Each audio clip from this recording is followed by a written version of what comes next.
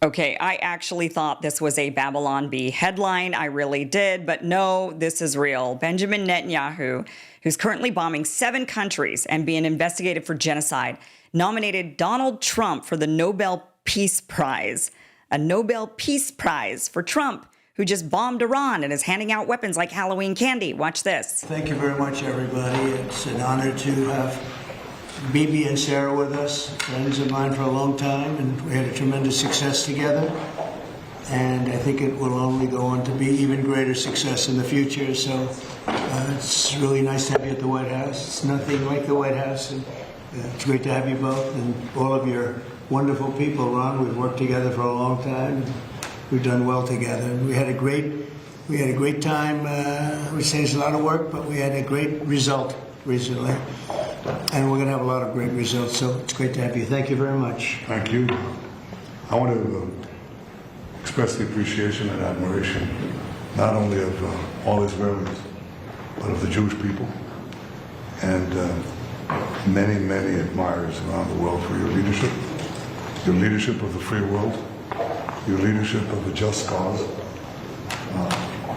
and the pursuit of peace and security which you are leading in many lands, but now especially in the Middle East. We have great opportunities. The President has an extraordinary team, and I think our teams together make an extraordinary combination to meet challenges and seize opportunities.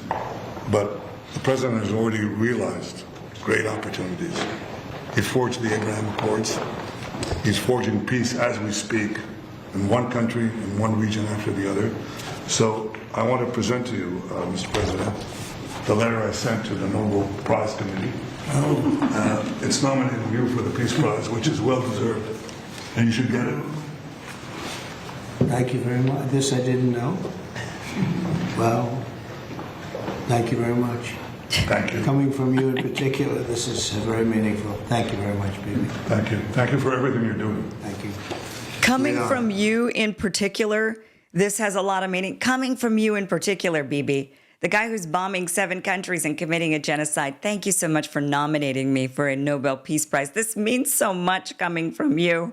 I mean, did I miss the redefinition of peace? Did we redefine that word? Because I know we've redefined a lot of words over the last few years. Is peace one of them? Is it if you bomb everybody, then that's peace? Is it the opposite? Is it opposite day? That's kind of how I'm feeling right now. Meanwhile, new documents reveal U.S. is pouring hundreds of millions of dollars in military aid into building IDF air bases and facilities in Israel. The U.S., this is according to Haaretz, the United States is building infrastructure to accommodate the Israel Air Force's new refueling aircraft and helicopters, as well as new headquarters for the Israeli army, for their commando unit. Numerous other projects costing billions of shekels, according to official documents from the U.S. Army Corps of Engineers published online. All of these projects are funded by U.S. military aid to Israel. So our aid is building them a bunch of military infrastructure. A call for contractors to a conference originally scheduled for June but postponed due to the war with Iran revealed that the U.S. military aid construction program for Israel includes ongoing projects valued at more than $250 million, with future projects expected to exceed $1 billion. What could we do with $1 billion here in the United States for Americans? The program covers the construction of new facilities at various military bases, including clinics, naval piers, headquarters for different units, and ammunition storage sites. It also involves upgrades to existing infrastructure, runway renovations, and aircraft painting facilities. According to documents and presentations from the U.S. Army Corps of Engineers, the initiative comprises roughly 20 separate projects with a combined price tag of $1.5 billion. The details of some projects listed only under code names remain undisclosed. Right. Okay. We have some crumbling infrastructure in the United States. It'd be nice to rebuild that. I don't know. It's just an idea, something to think about, America first. That's all. Just kind of wondering. But here you've got, a guy who's bombing 7 countries and committing genocide, and he's nominating Trump for the Nobel Peace Prize, saying, well, you are so committed to, you're such a peaceful person, you deserve the Nobel Peace Prize. And meanwhile, the U.S. is forking over weapons and money to Israel to aid and abet them in their seven-sided war that they're waging right now. And here's Donald Trump going on, this man of peace. You just got to give it to him. He's just such a man of peace, saying that after we bombed Iran, that's because this is a peaceful thing to do, is to bomb another country. Well, that's when they respected us.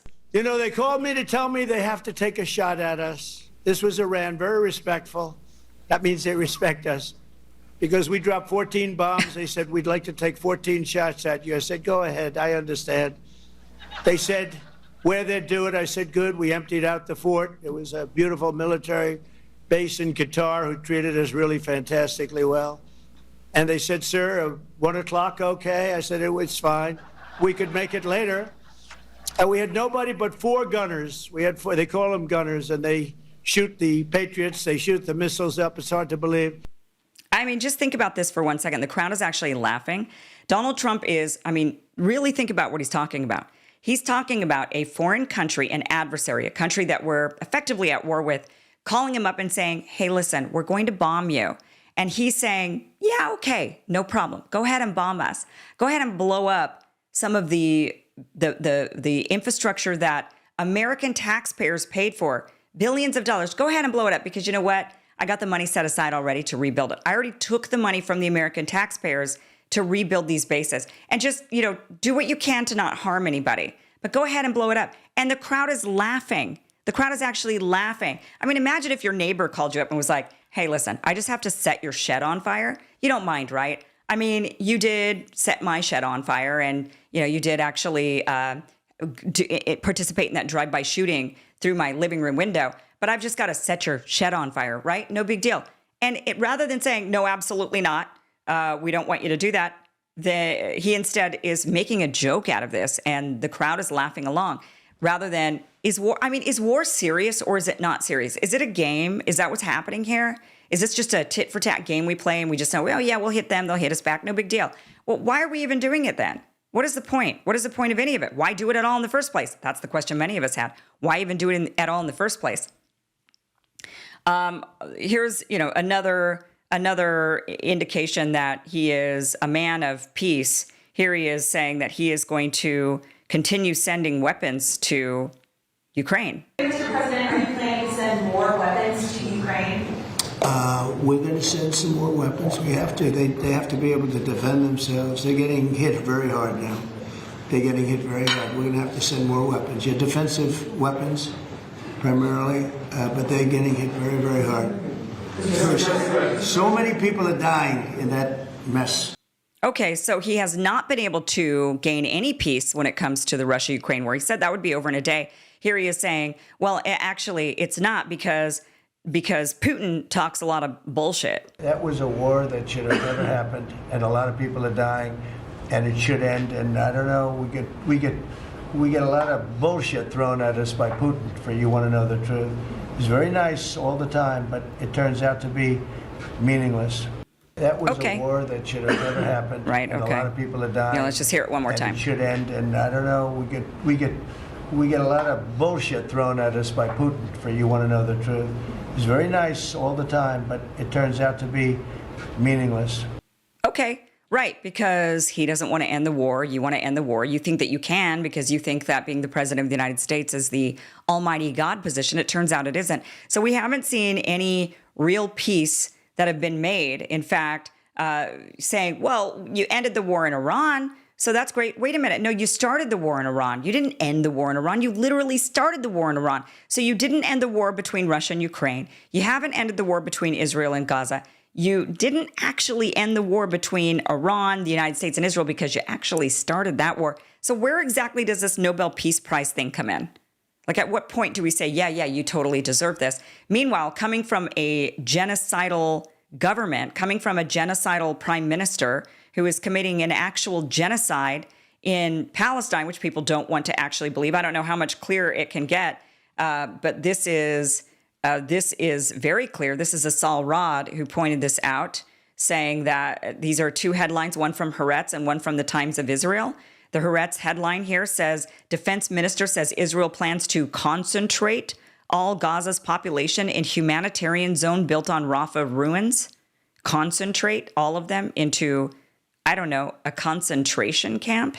Is that what that is? Oh, no, it's not this is nothing like the Holocaust, they tell us. The Times of Israel says the same thing. Plans said to outline humanitarian transit camps to house Gazans before possible relocation. Camps. So you're going to put them in camps? You mean like concentration camps? Kind of like the Holocaust when there was a genocide? But this is not a genocide. And these are the plans from the Israeli government. Here's another one. You know, this is from the peaceful, wonderful Netanyahu, the greatest man in the world. Didn't Trump actually say that in one of these? He said that Netanyahu was, I think it's maybe even right here. Let's actually play this. Is your Palestinian relocation plan still on the table? Is there a plan? Has there been any progress in finding countries to accept? Maybe why don't I let you answer that question? Mr. President, Wait, he's got to answer. Oh, I'm sorry. I think President Trump had a brilliant vision. It's called free choice. You know, if people want to stay, they can stay. But if they want to leave, they should be able to leave. It shouldn't be a, Where will they go? It should be an open place and give people a free choice. Right. Why don't you give them a free choice to move into Israel? How about you drop the borders and let them go into Israel? We're working with the United States very closely about finding countries that will seek to realize what they always say, that they want to give the Palestinians a better future. And those who, and I think we're getting close to finding several countries, and I think this will give, again, the freedom to choose. Palestinians should have it. And I hope that we can secure it close by. I mean, We've just had great cooperation from surrounding Israel, surrounding countries. Great cooperation from. I mean, the gaslighting on this is just epic. That they should just have the freedom to choose, and they should go to all of these other wonderful countries where apparently they're not going to have any problems with other people from other countries because the people in other countries aren't genocidal maniacs like the Israelis. I mean, that's what he's essentially admitting that these Palestinians could live peacefully anywhere else in the world and not be harmed, pursued, massacred. Anywhere else in the world, they would be fine, except Israel. What does that tell you? Because they're genocidal maniacs. That wasn't actually the video clip I wanted to play for you where Trump is saying, oh, he's just so wonderful. I mean, maybe I'm misinterpreting this, but this is what he says. Do you think that there can be a two-state solution that creates an independent? I don't know. I'd ask Bibi that question. You have the greatest man in the world to answer that age-old question, two-state. Go ahead. You give him your honest answer. I think the Palestinians should have all the powers to govern themselves, but none of the powers to threaten us. And that means that certain powers, like overall security, will always remain in our hands. Now, that is a fact. And no one in Israel will agree to anything else because we don't commit suicide. We want life. We cherish life for ourselves, for our neighbors. Well, at least he says that. Work out We cherish life for ourselves. He at least did say that. a peace between us and the entire Middle East with President Trump's leadership. And by working together, I think we can establish a very, very broad peace that will include all our neighbors. Oh, yeah, right. Except for the Palestinians are going to ship them off to other places because they can't live with you because you're genocidal maniacs. Israel limits entry of baby formula in Gaza as infants die of hunger. The only reason why you limit baby formula is because you want to kill babies. There's no threat with baby formula. Is Hamas using baby formula to build rockets? Are you able to do that? I don't think so. You know that you cannot do this, but they're limiting baby formula coming into Gaza because they just don't want the babies to survive. But no, they're a people of peace. And in fact, Netanyahu is the perfect man to be nominating others for a Nobel Peace Prize. The guy that is facing criminal charges in the ICC. He is, of course, the best person to be recommending anybody, Trump, of course, for the Nobel Peace Prize. I just don't even, I really just don't understand where this comes from. This is just some more examples of the genocidal mentality of Israel. Here is one of their prominent MPs. He is saying not a single Gazan should be left at the end of the war, that we should stop all aid, water. There are no innocents, he says. This is parliamentarian Zika Fogel, and he says this to the news Channel 7. He's not saying this in private. He's actually saying this on the news. מה שעשינו במסגרת מבצע עם כלבי, שהוא חלק מתוך חרבות... So let me just translate this for you because obviously he's speaking Hebrew, but he says, let's see here. He says, what we did as part of Operation Rising Lion, which is part... במסגרת מבצע עם כלבי, שהוא חלק מתוך which is part of חרבות ברזל. Iron Swords in Iran has to be completed. באיראן חייב להיות מושלם במרכבות In Gideon's chariots in the Gaza Strip and with what we need to keep doing so. גדעון ברצועת עזה, ובמה שאנחנו צריכים להמשיך לעשות גם ביהודה ושומרון. In Judea and Samaria, which is the West Bank. אלה משימות שאם לא נסיים אותם, לא הכרענו. As long as we don't complete these missions, we haven't defeated the Nazi enemy, calling the Palestinians a Nazi enemy. את האויב הנאצי. ככה אני מסתכל על זה. המלחמה... That's how I see it. Our war today, the one we launched on October 7th, is a war against a Nazi enemy that threatened the existence of the Jewish people in the land of Israel. That's the whole truth. So the prime minister decided to do it one by one. I'm with him on that. No problem. Let's do it one by one. You eliminated Hezbollah. You now hit it hard, maybe even more than that in Iran. Now it's time to deal with the Gaza Strip. How do you do that? You take off the gloves. You stop the humanitarian aid. You cut off electricity. You cut off water. You start destroying and you expel willingly so-called voluntary migration of the Gazans. There are no uninvolved people there, no innocents, no non-guilty. All of them are Hamas in my eyes. The Gaza Strip at the end of the war should have two images. One, there isn't a single Gazan left. And of all 50 of our hostages, 49 hostages, and one female hostage, alive or dead, are returned to the state of Israel. So that's what he wants. He's saying not a single Gazan should be left. You should starve them. There's not a single one, not even the babies. That's why they're starving the babies. They're literally leaving out the baby formula and starving the babies because they say that there are no innocents left in Gaza. There was also this. This is a Sky News report here. Let me plug this back in. IDF troops killed Palestinian civilians at random with orders to shoot, sometimes dependent on the mood of the commander. The IDF strongly denies the claim, saying it operates against military targets, not civilians. Our international correspondent, Alex Rossi, has the story for us. I think everything in a war is kind of messes you up. It is rare to hear Israeli soldiers speak openly about their time in Gaza. But after 3 tours of duty, this reservist says his conscience won't let him stay silent. Every commander can choose for himself what he does, so it's kind of like Wild West. And so some commanders can really decide to do war crimes and do bad things and like don't have very consequences of that. He agreed to talk on condition of anonymity, fearing he could be labelled a traitor or ostracised at home. These photos were taken while he was serving in Gaza, where he was stationed in the homes of displaced Palestinians. I think you can't be in this scenario for so long and not like normalize it and not like kind of you lose your mind and then killing is more and more normalized and you can't see the problem in it.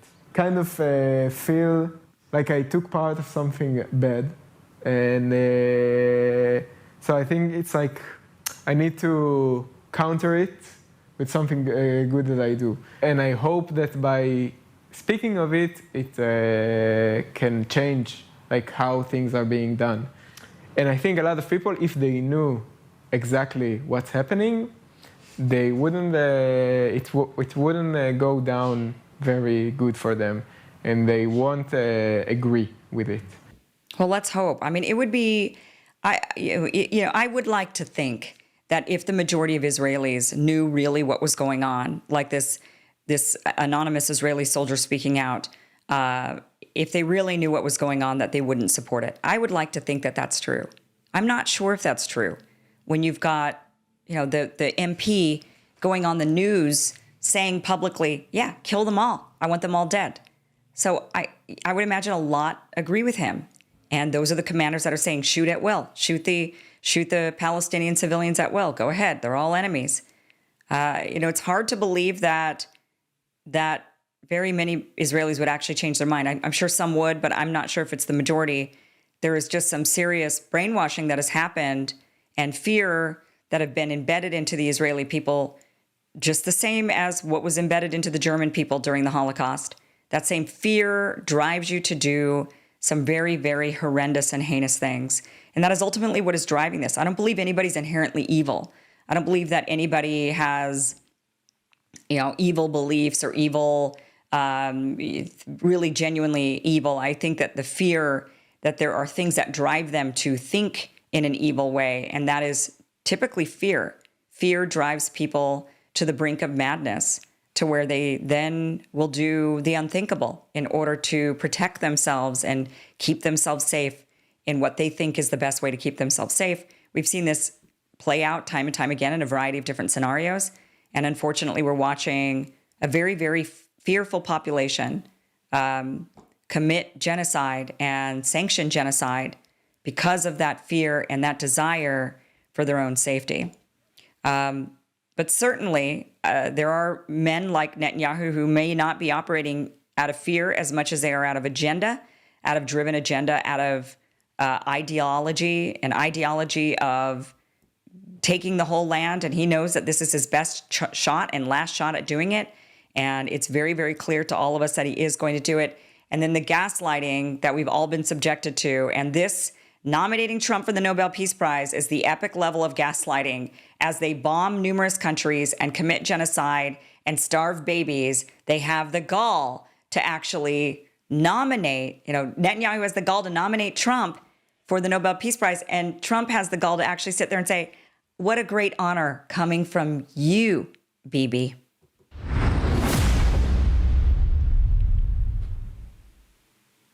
Hey guys, thank you for watching this clip from the full Kim Iverson Show, which you could check out Monday through Friday, 5 p.m. Eastern at KimIversonShow.com. See you there.